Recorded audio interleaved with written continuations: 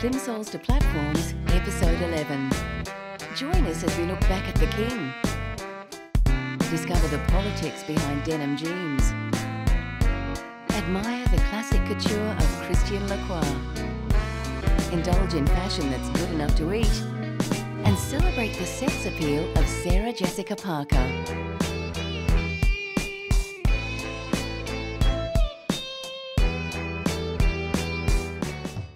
Of all the French designers of haute couture, few can marry art and fashion in the same way as Christian Lacroix.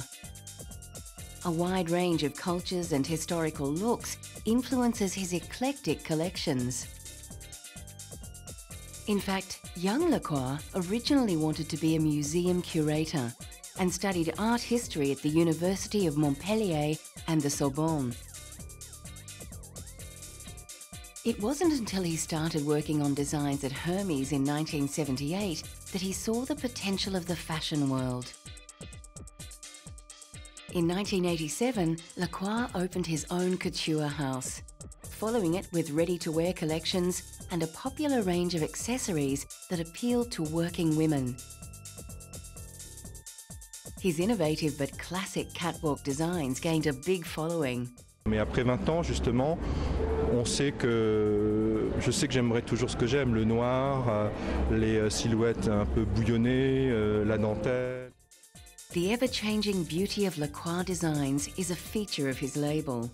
Donc je pense que pour trouver le style de la maison, il faut le faire évoluer chaque année, mais que pour le spectateur et la cliente, que ces gens-là trouvent toujours le même plaisir, et moi aussi.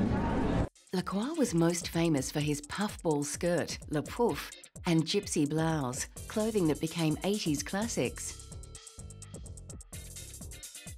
The designer adored the opulence and extravagance of the decade and revelled in jewel-studded fabrics and brocades that echoed earlier periods of fashion excess. To celebrate the 20th anniversary of his fashion house, the Museum of Decorative Arts in Paris invited Lacroix to present his first monographic exhibition. The event inspired him to greater heights.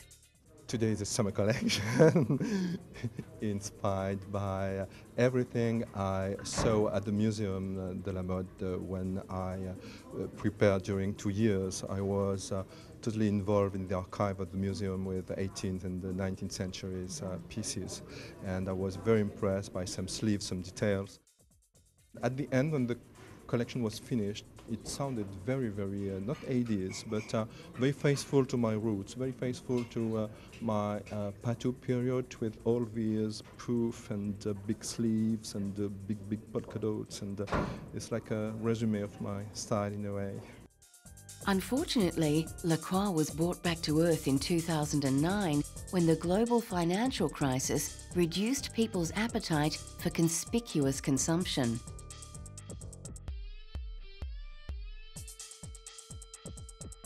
His fashion house was placed into administration, but Lacroix was undaunted, obtaining private finance to stage that year's collection and paying each model €50.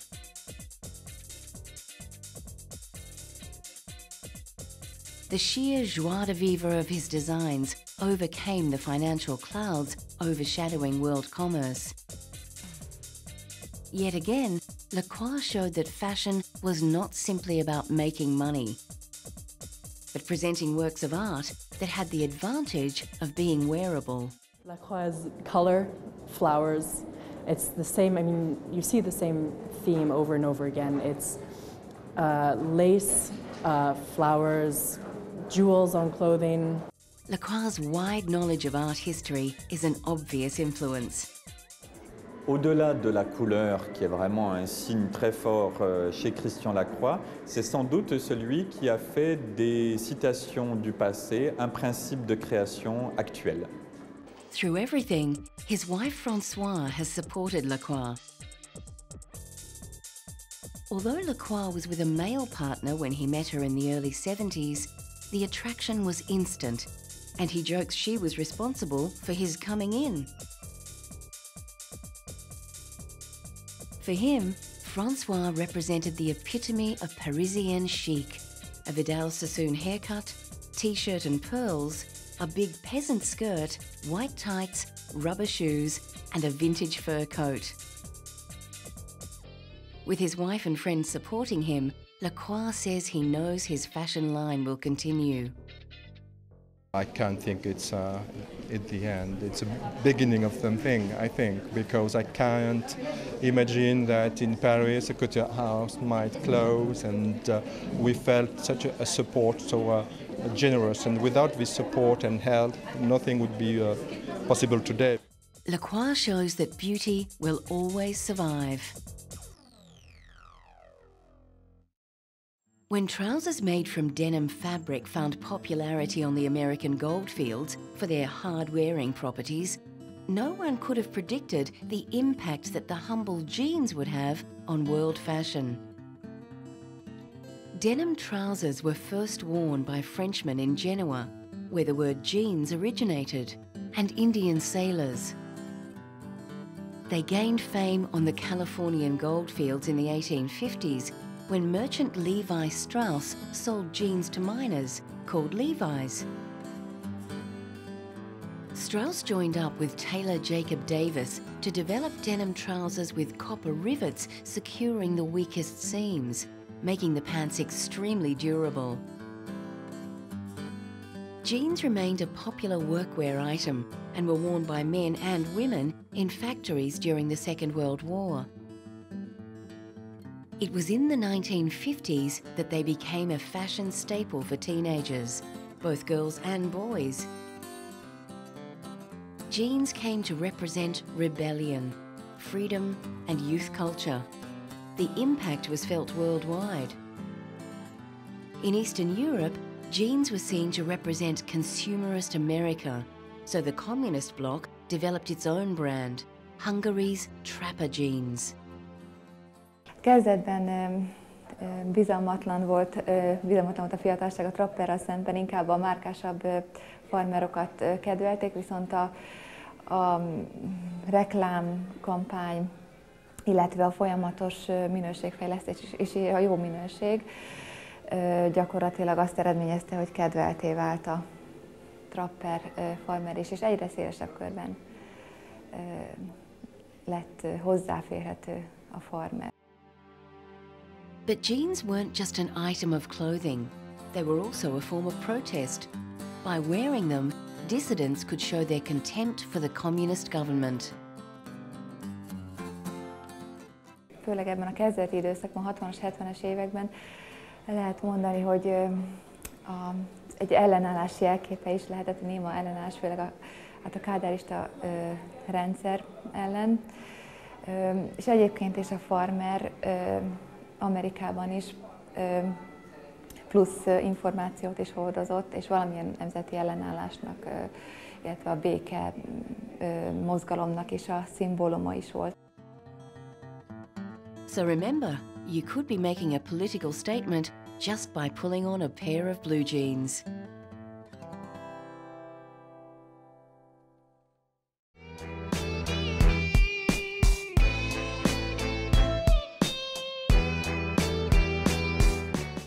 Can food inspire fashion?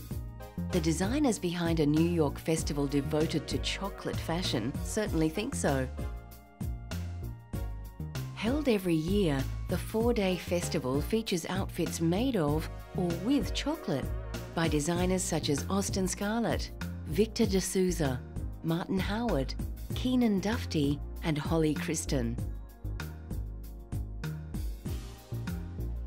This year, the mouth-watering confections included a cheeky keyhole dress with dangling baubles and an extravagant chocolate cape balanced precariously on a model mounted on a horse.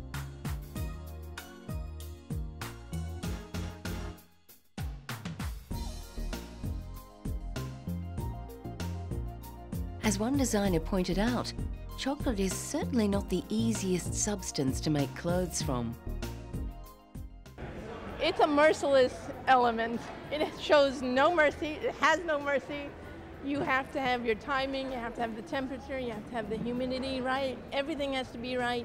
You have one shot at it. one shot.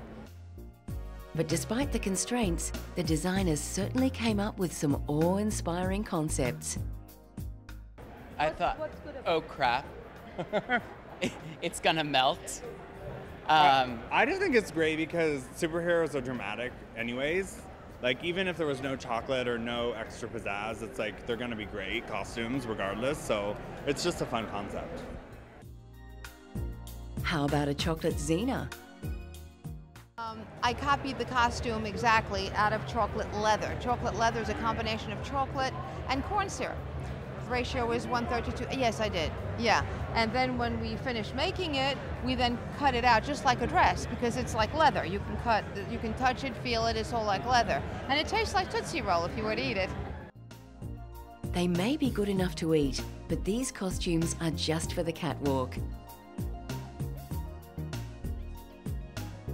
For one chocolatier, the festival is a time for celebrating the indulgence of chocolate. This is all about fun. I mean, come on, dressing people with chocolate. This is fun. So, you know, working with David is great. Fitness expert David Barton played up the superhero theme of the runway show, showcasing Jacques Torres' chocolate Barton costume to full advantage. Others took a more elegant approach, sending models down the catwalk in sleek couture-inspired costumes.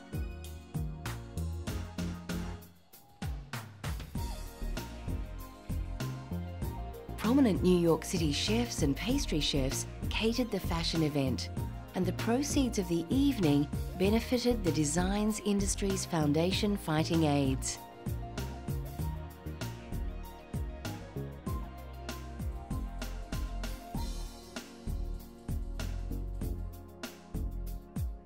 The designers showed amazing ingenuity in overcoming the constraints of chocolate, coming up with awe-inspiring creations.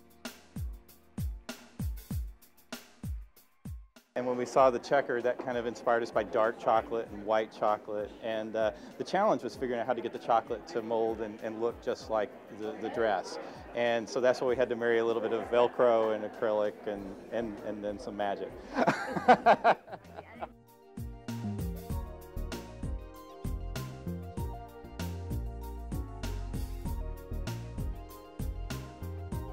Seeing the colourful designs on display, you'd never guess the difficulties surrounding their construction. Chocolate melts at body temperature. So it's really hard to work with chocolate because sometimes it'll melt, sometimes it won't, and then other times it'll crack. So chocolate is a difficult medium to work with. Fashion good enough to eat.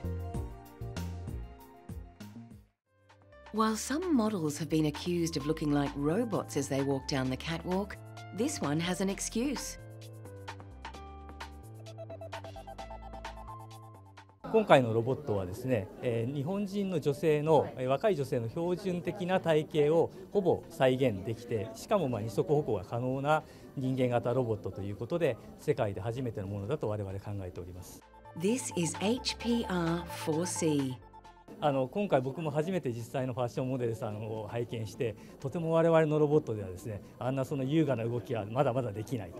あと20年、30年は研究を続けないと無理だと思います。はい。She's a robot who visited Tokyo Fashion Week recently to give what could be a glimpse of the future.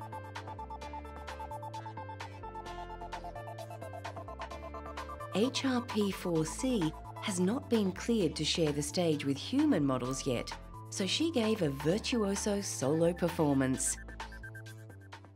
I think this fashion robot is a really tremendous gimmick. I think it's fun, it's kind of futuristic, and what a great way to kick off Tokyo Fashion Week.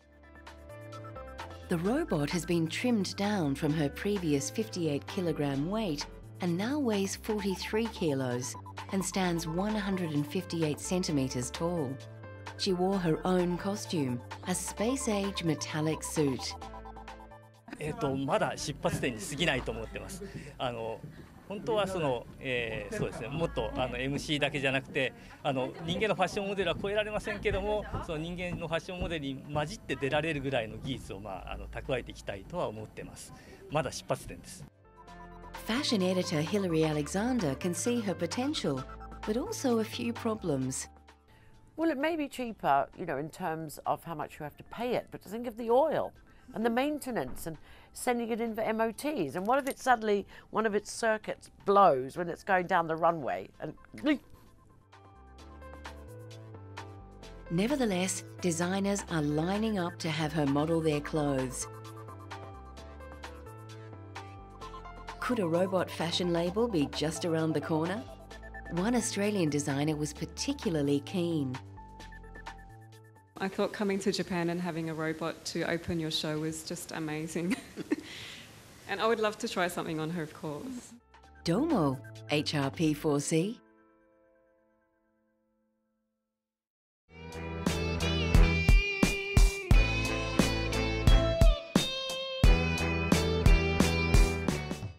When a swivel-hipped southern boy shot to stardom in the mid-50s, conservative America was outraged.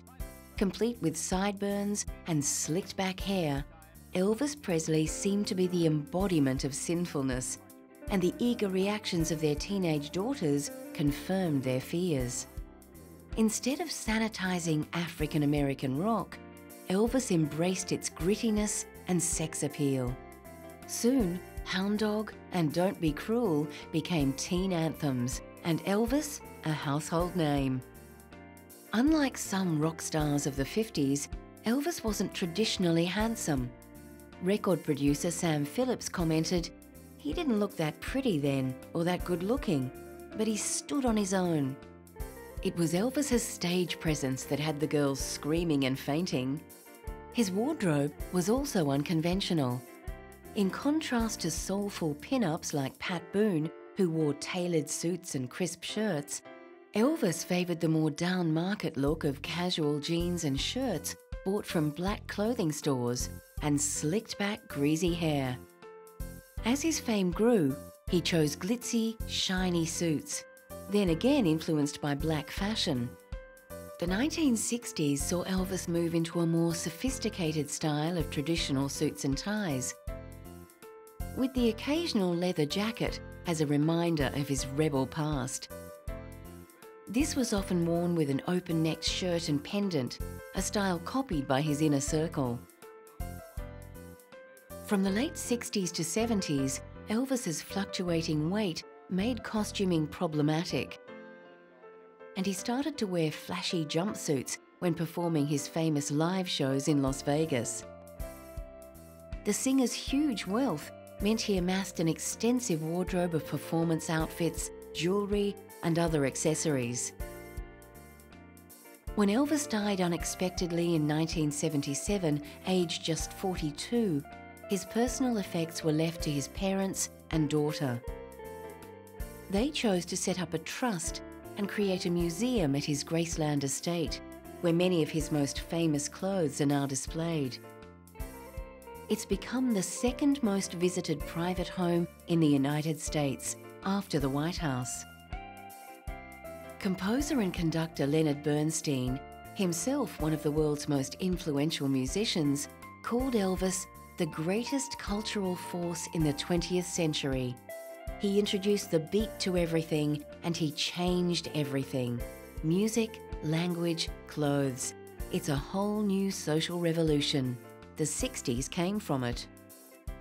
There's no doubt that Elvis Presley has a special place in history. There are only a few of them that just transcended stardom. They're bigger than movie stars. They're bigger than performers. They're bigger than the Beatles. I mean, they're just in a different category. They're icons of pop culture, and that's what Elvis Presley is.